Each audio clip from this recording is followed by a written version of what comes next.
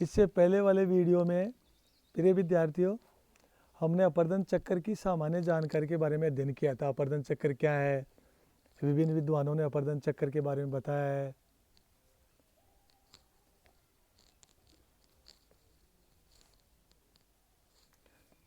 और इसके बारे में विस्तृत बातें बताइए भाई, किस प्रकार से स्थूल विकास के लिए किन किन शब्दों के लिए किस प्रकार से विकास हो रहा है।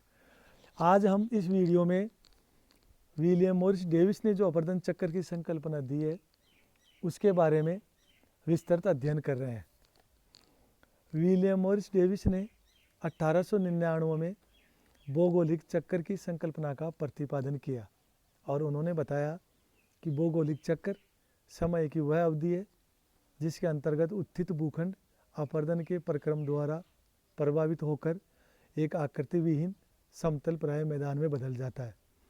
डेविस ने स्थल रूपों के विकास में चक्रीय पद्धति का अवलोकन ऐतिहासिक परिवेश में किया।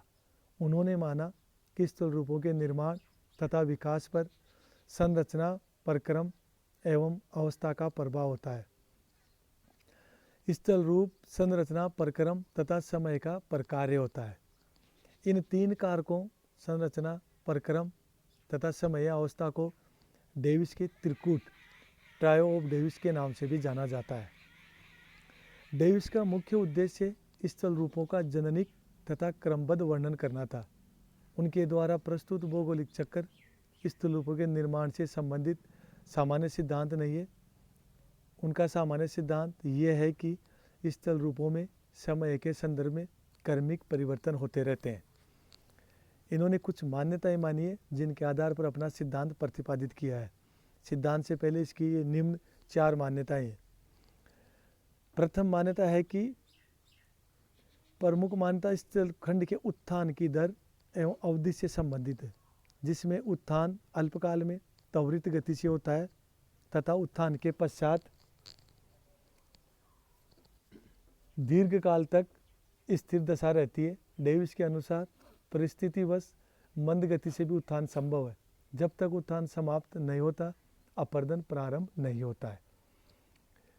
इस संकल्पना में यह मान लिया गया है कि स्थल रूपों का विकास अंतर्जात तथा बहिर्जात बलों की पारस्परिक क्रिया का प्रतिफल है।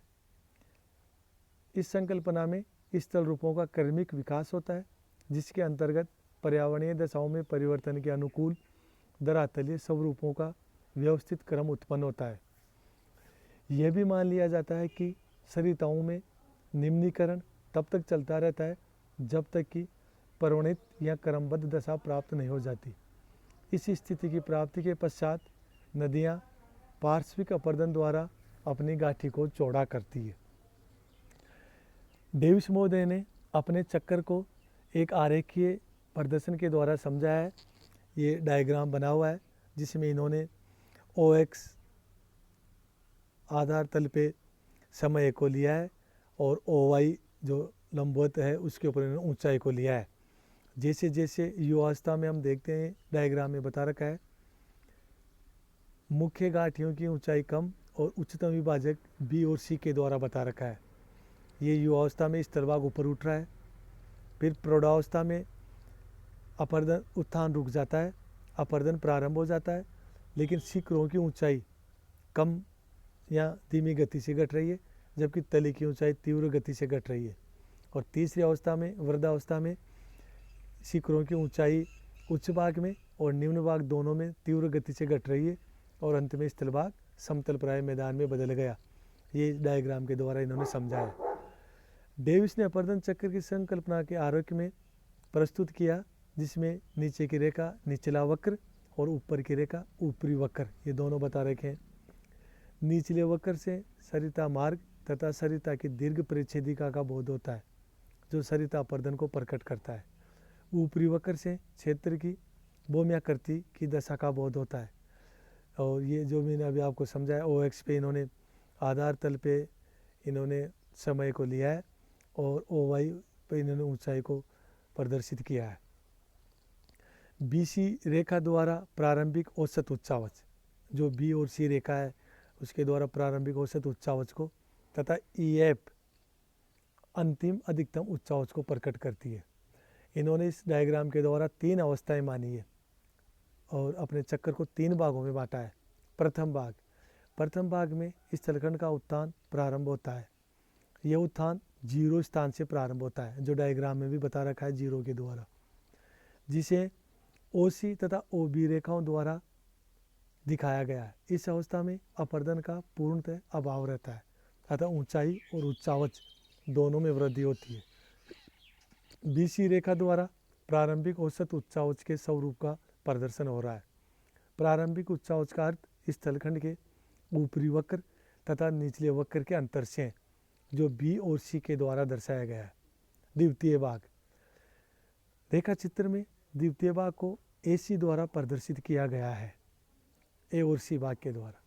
इसमें उत्थान पूर्णतः समाप्त हो जाता है, अपर्दन कार्य प्रारंभ होता है। अपर्दन ऊपरी वक्र पर न होकर निचले वक्र पर प्रारंभ होता है, जहाँ निम्न कटाव तीव्र गति से प्रारंभ होता है। परिणामतः गांठियों की गहराई में वृद्धि होती है। कटक के ऊपरी भाग अपर्दन से अप्रभावित रहते हैं, अतएव ऊंचे भागों की ऊंचाई ज्यों की त्यों बनी रहती है, जो ऊपरी वक्र के द्वारा दर्शा रखा है डायग्राम में, जबकि निचला वक्र तेजी से नीचा हो रहा है। जैसा कि रेखा चित्र में CF तथा BE रेखाओं की प्राय समानांतर स्थिति से प्रकट हो रहा है, किंतु निचले वक्र पर BE रेखा नीचे की ओर झुकी हुई है। इससे स्पष्ट है कि सरिता गाठी की गहराई निम्न अपर्दन के फलस्वरूप निरंतर बढ़ती जाती है तथा ऊंचाई अप्रभावित रहती है। इस चरण की कुछ विशेषताएं हैं। द्वितीय चरण की निरपेक्ष ऊंचाई स्थिर होती है। इस स्थलखंड का शीर्ष भाग अपर्दन से अप्रभावित रहता है। सरिता गाठी अथवा निचले भाग में निम्न कटाव संपन्न होता है। उच्चावच में निरंतर वृद्धि होती रहती है। इस भाग में उत्थान शून्य हो जाता है, ये युवावस्था होती है। तृतीय भाग रेखा चित्र से स्पष्ट है, इस भाग में समय अवधि सबसे अधिक है। अपर्दन चक्र की प्रौढ़ावस्था तथा वृद्धावस्था दोनों सम्मिलित है। इस भाग की विशेषता यह है कि इसमें ऊपरी वक्र पर अपर्दन प्रारंभ हो जाता है, अर्थात कटकों के ऊपरी भाग भी अपर्दित होने लगते हैं, जिससे यह स्पष्ट होता है कि निम्न अपर्दन की तुलना में क्षैतिज अपर्दन तीव्र होता है। जल विभाजक तेजी से कटने लगते हैं। उत्थान के समाप्त होने की दशा में निचले वक्र की तुलना में ऊपरी वक्र पर भी अपर्दन अधिक होता है। ये अपने इस डायग्राम में भी स्पष्ट हो रहा है, जिसमें दोनों वक्र ऊपरी और निचले वक्र तेजी से नीचे होते जा रहे हैं। क्षैतिज अपर्दन की गति क्रमशः बढ़ती जाती है। उच्चावच प्राय समाप्त हो जाते हैं। स्थलखंड धीरे धीरे आधार तल की ओर अग्रसर होता है। अपर्दन धीरे धीरे समाप्त हो जाता है। यह अवस्था वृद्धावस्था की है। अंतरसरिता क्षेत्र में कहीं कहीं कुछ कठोर चट्टानों के ऊंचे टीले दिखाई देते हैं, जिन्हें मोनेडनाक्स कहते हैं। उत्थित स्थलखंड एक आकृतिविहीन समतल प्राय भूभाग में परिवर्तित हो जाता है, जिसे डेविस ने पेनीप्लेन या समप्राय मैदान नाम दिया है। इस तृतीय चरण में की भी कुछ विशेषताएं। क्षैतिज अपर्दन धीरे धीरे होता है। अपर्दन का प्रभाव दोनों वक्रों पर मिलता है। असमान अपर्दन के कारण उच्चावच घटता जाता है। ऊपरी भागों पर अपर्दन अधिक होता है, निचली गांठों का अपर्दन कम होता है। दोनों वक्रों पर अपर्दन होने से निरपेक्ष ऊंचाई कम होती जाती है और अंत में दोनों वक्र परस्पर मिलने की स्थिति में आ जाते हैं। ये इन्होंने अपना अपर्दन चक्र प्रतिपादित किया है। फिर इससे इनके अपर्दन चक्र का मूल्यांकन किया गया है। डेविस के अपर्दन चक्र के मॉडल की प्रमुख विशेषताएं निम्नलिखित रही है। डेविस का मॉडल अत्यंत सरल, ग्राह्य तथा व्यवहार्य है। स्थल रूपों के क्रमिक विकास के लिए प्रयुक्त नामावलियाँ युवावस्था, प्रौढ़ावस्था एवं वृद्धावस्था सहज, स्पष्ट, उपयोगी तथा रोचक है। डेविस ने सिद्धांत को आकर्षक तथा रोचक शैली में प्रस्तुत किया है। डेविस का मॉडल व्यापक स्तर पर क्षेत्रीय अध्ययन से प्रारंभ परिणामों पर आधारित है। डेविस का सिद्धांत तत्कालीन प्रचलित विचारधारा के अनुरूप था। उसकी विकासीय संकल्पना उस युग में प्रचलित जैविकीय विकास की संकल्पना के अनुरूप थी। डेविस के सिद्धांत में स्थल रूपों के विकास से संबंधित भावी कथन तथा पिछली घटनाओं की पुनर्रचना दोनों की सामर्थ्य है। ये इसकी सिद्धांत का मूल्यांकन या विशेषताएं की गई। लेकिन डेविस ने भी अपने सिद्धांत में बहुत सी कमियां छोड़ दी गई, जिनको हम आलोचना कहते हैं। इसलिए डेविस के सिद्धांत में भी बहुत सी आलोचना रही है। प्रथम आलोचना है कि भौगोलिक चक्र शब्द पर आपत्ति है। स्थल रूपों के कर्मिक विकास को दर्शाने के लिए चक्र शब्द का प्रयोग भ्रामक है, क्योंकि चक्र का आशय यह है कि किसी स्थल का विकास जिस बिंदु से प्रारंभ हो उसी पे अंत भी हो, किंतु वास्तव में ऐसा नहीं होता। विद्वानों ने चक्र शब्द के स्थान पर कर्मिक विकास सेक्वेंटियल डेवलपमेंट के प्रयोग का सुझाव दिया। दूसरी इनकी आलोचना है स्थलखंड के त्वरित उत्थान तथा फिर दीर्घकाल तक उसकी स्थिरता पर भी आलोचकों ने आक्षेप किया है। वास्तव में स्थलखंड का उत्थान दीर्घकाल में पटल विरूपण द्वारा होता है।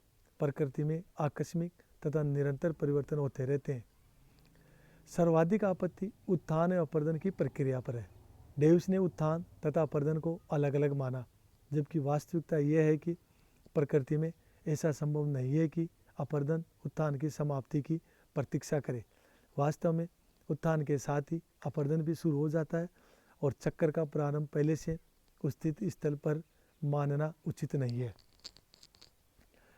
चौथी इनके सिद्धांत की जो आलोचना की गई है वो है डेविस ने स्थलाकृति को संरचना, प्रक्रम तथा अवस्था का परिणाम माना है, जबकि पैंक ने स्थलाकृति को उत्थान तथा निम्नीकरण की दर तथा दोनों की प्रावस्थाओं के संबंध का प्रतिफल माना है।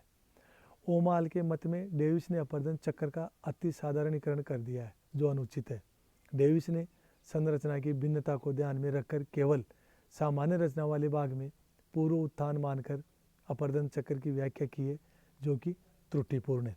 ये इस डेविस के सिद्धांत की आलोचना के मुख्य बिंदु है। धन्यवाद।